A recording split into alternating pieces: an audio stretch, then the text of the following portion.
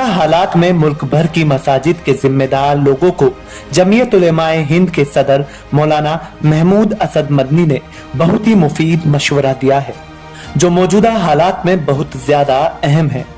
मौलाना महमूद असद मदनी की तरफ से कहा गया है कि मसाजिद मुसलमानों के लिए मजहबी और दीनी शिआर की हैसियत रखती हैं। ये अल्लाह का घर और उसके जिक्र इबादत का मकाम है।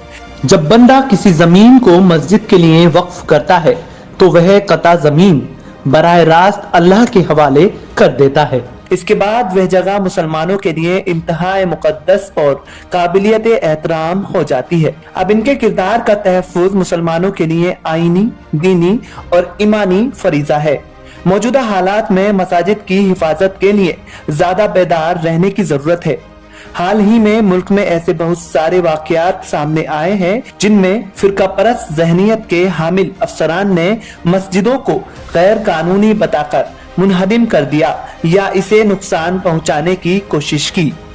हालांकि इनमें हमारी कमजोरियां भी शामिल हैं। इसलिए अब जरूरी हो चला है कि मौजूदा हालात में मसाजिद के जिम्मेदारान बेहद दानिशमंदी का सबूत दें और फौरी तौर पर कुछ ऐसे कदम उठाएं जिससे मसाजिद की हिफाजत की जा सके। जमीयत उलमाए हिंद के सदर मौलाना महमूद असद मदनी की तरफ से कहा गया है कि सबसे पहले मस्जिद की जमीन को मस्जिद के नाम से वक्फ किया जाए। मसाजिद की तामीर से कब्ल इसका नक्शा हुकूमत के महकमा तामीर से मंजूर कराया जाए।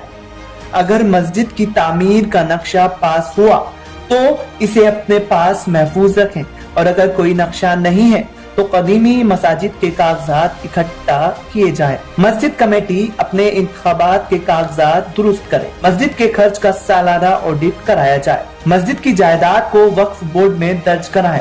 दर्ज कराते वक्त कागजात वगैरह दुरुस्त करके जमा करें। इस बात का खास ख्याल रखा जाए कि किसी तरह की स्पेलिंग वगैरह की गलती ना हो। याद रखें कि एक बार मस्जिद की जमीन वक्फ कर दी गई तो अब इसकी हैसियत तब्दील करने, उसका मुताबादिल लेने की मस्जिद कमेटी समेत किसी को कोई अख्तियार नहीं है। इसलिए हुकूमत रोड डेवलपमेंट अथॉरिटी से इस तरह का कोई मामला ना करे। अगर नागहानी सूरत हाल पैदा हो जाए तो अपने इलाके के मोतबर उलेमा और